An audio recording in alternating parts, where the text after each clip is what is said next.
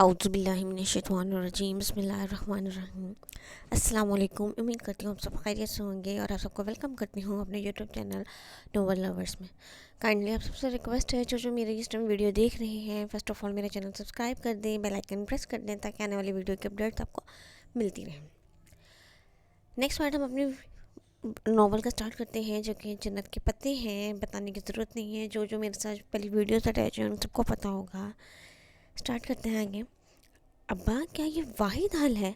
बहुत देर बाद वो बोली। इनके रवैये से साफ अंदाज़ा लगाया जा सकता था कि वो इस रिश्ते को रखना ही नहीं चाहते थे।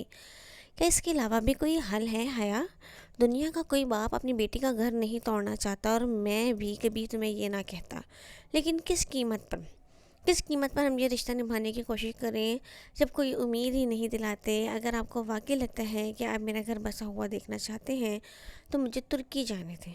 वहाँ मैं इसको ज़रूर ढूंढूंगी और पूछूंगी कि अगर वो घर बनाना चाहता है तो ठीक है, वरना मुझे तलाक दे दे। अगर नहीं देता तो वहीं कोर्ट चली जाऊंगी, मगर मुझे एक आखिरी कोशिश कर लेने दें प्लीज़। वह खामोश हो गए, शायद कायल हो गए थे। अब्बा मुझे 5 माह का वक्त दें।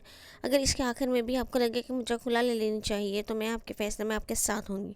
वो उठी और फिर बिना कहे कमरे में से निकल गई। वो कुप्ती लड़की इसे क्लास के बाहर मिल गई थी। वह फाइलें संभालती बाहर जा रही थी जब इसने हया को रोक लिया। सुने मिस सलेमान, वो जिसे मजबूरन इसे मुखातिब कर रही थी। हया ने कोफत से पलट कर देखा, वहाँ खतीजा राना खड़ी थी। डीजे, जिसे डीजे सिर्फ इसके फ्रेंड कहा करते थे। इसकी फ्रेंड ना थी, ना ही बनना चाहती थी। जी खतीजा, बादल ख्वास्ता, इसने ज़रा मुरव्वत से जवाब दिया। आपने वीज़े के लिए अप्लाई कर दिया है? दरअसल मैडम फरखंदा ने कहा है हम दोनों को जल्द अज जल्द वीज़ा के लिए अप्लाई करना है, क्योंकि फरवरी के पहले हफ्ते में हमने सम्मानची को ज्वाइन करना है। आज 13 तारीख है, हमारे पास बस 15 दिन है और तुर्की का वीज़ा 15 दिन में कभी नहीं लगा करता। वह तेज़ तेज़ बोले जा रही थी। इसकी बात कुछ ऐसी थी कि हया को संजीदा होना पड़ा, वरना अभी तक वह अब्बा की गई बातें सोच रही थी। ओह, तो तब हमें क्या करना चाहिए? कल तुर्किश एम्बेसी जाकर वीज़े के लिए अप्लाई करना है। इनका अजीब सा रूल है कि हर रोज़ सबसे पहले आने वाले 15 उम्मीदवारों का ही इंटरव्यू होता है। एम्बेसी सुबह 7 बजे ही खुल जाती है और लोगों की लाइन लगी होती है, और हमें 1 मिनट भी लेट हो गए तो वो हमें अगले दिन पर डाल देंगे। सुन रही हैं ना आप? जी। इसने गायब रुमागी से सर हिलाया। पता नहीं वो क्या बोले जा रही थी। आप मुझे अपना नंबर लिखवा दें ताकि हम कोऑर्डिनेट कर सकें। इसने बेदिली से अपना नंबर लिखवा दिया। खतीजा ने इसे अपने फ़ोन पर नोट करती गई। ठीक है, कल सुबह 6:30 बजे तक आप डिप्लोमेटिक इनक्लूड तक पहुंच जाइएगा, मैं वहीं होंगी। इसने पूछा। इसने अच्छा कहकर जान छोड़ने वाले अंदाज में सर हिलाया। और प्लीज़ देर मत कीजिएगा, यही ना हो कि आपकी वजह से मेरा वीज़ा भी रह जाए। मिस सुलेमान वो नाक चढ़ाकर ये जिता गई कि आखिर वो भी खतीजा राना है। क्या कंपनी मिली है मुझे? उफ। वो पैर पटक कर आगे बढ़ गई। अब्बा की बातों ने इसे इतना डिस्टर्ब किया था कि इस वक्त वीज़ा वह आखिरी चीज़ थी इसके बारे में वो सोच सकती थी। रात की तारीखों को दुकानों की दीवारों से झलकती रोशनी चेहरे की रोशन किए हुए थी। जर्द रोशनियों का अक्स सामने लंबी सीधी सड़क पर था, जिसकी तरफ पार्किंग की गाड़ियों की लंबी कतार थी। दूसरी तरफ एक छोटा सा चबूतरा बना हुआ था। चबूतरे पर दिन के वक्त बुक फेयर कर स्टॉल लगा करते थे। ये जीना सुपर था।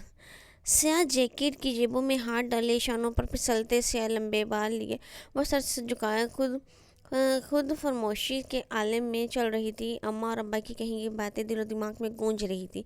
ये जहाँ सिकंदर कौन था? इसका मनकू कज़न शोहर, वो शख्स जिसके ख्वाब इसने सारी उम्र देखे थे। क्या अब्बा अम्मा नहीं जानते थे? ये ख्वाब अगर अपने हाथों से तोड़े जाएं तो उंगलियां भी ज़ख्मी हो जाती हैं।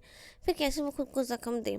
अगर वो जहाँ या सबीन पप्पा के लिए कोई अनचाहा रिश्ता थी तो भी इनको सफाई का एक मौका दिए बगैर कैसे खुद को इनसे अलग कर ले? वो सीटी की तेज़ आवाज़ थी जिसने इसे ख्यालों के हजूम से निकाला। इसने चौंक का सर उठाया। वो 3 लड़के थे, जीन्स और जैकेट में मलबूस और मुख्तलिफ सिमतों से इसकी तरफ आ रहे थे, यूँ कि हर तरफ वही थे, घेरा, नरगा, तंग दायरा। जगह कतरे सुनसान थी, खाली चबूतरा तारीकी में डूबा हुआ था। जगमगाती रोशन दुकानें ज़रा दूर थी। इसका दिल धक से रह गया। वो तेज़ी से पलटी, मगर इधर से भी इनका कोई चौथा आ रहा था। वो मुबहम आवाज़ें निकालते, ममायनी खेज इशारे करते इसके इर्द गिर्द घेरा तंग कर रहे थे। वो करीब आते 2 लड़कों के दरमियान से तेज़ी से सर झुकाए गुजरने लगी, मगर दायरे वाले लड़के ने सबक रफ्तारी से इसकी कलाई थाम कर अपनी तरफ खींचा था। अभी इसके लबों से चीख भी नहीं निकली थी कि आगे बढ़ने वाला खुद बौखलाकर पीछे हटा था।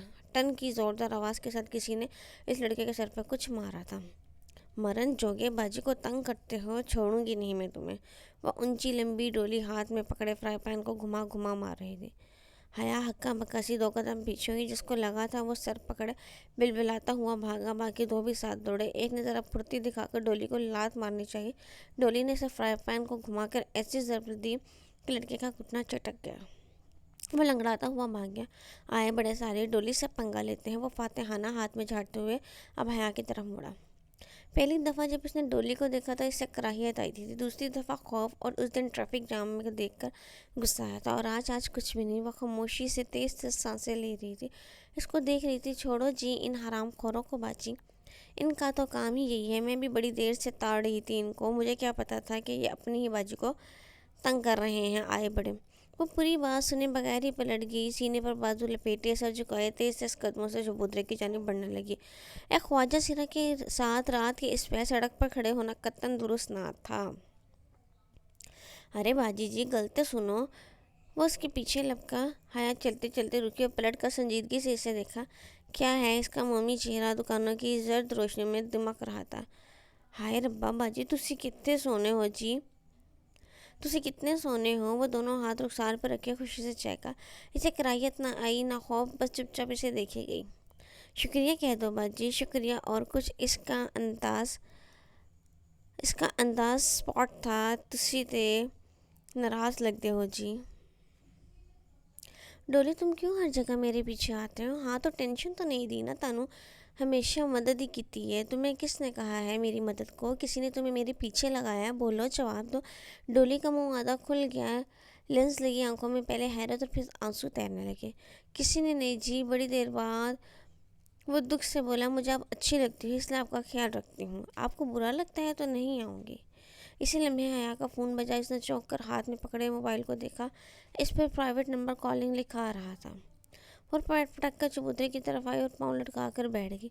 फ़ोन अभी तक बज रहा था। इसने फ़ोन कान से लगाया और डोली को देखा। ये छोटे छोटे कदम उठाता ससकता हुआ इस तक आ रहा था। हेलो हेलो मिस हया, कैसी हैं आप। वो मेजर अहमद था। इसकी आवाज़ के पीछे बहुत शोर था।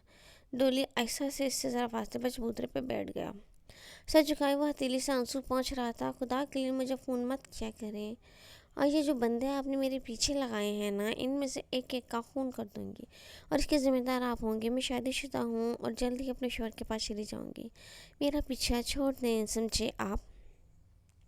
वीडियो पसंद आई हो तो लाइक कीजिएगा, शेयर कीजिएगा और कमेंट कीजिएगा नॉवल आपको कैसा लग रहा है। और मेरे चैनल को सब्सक्राइब करना मत भूलिएगा।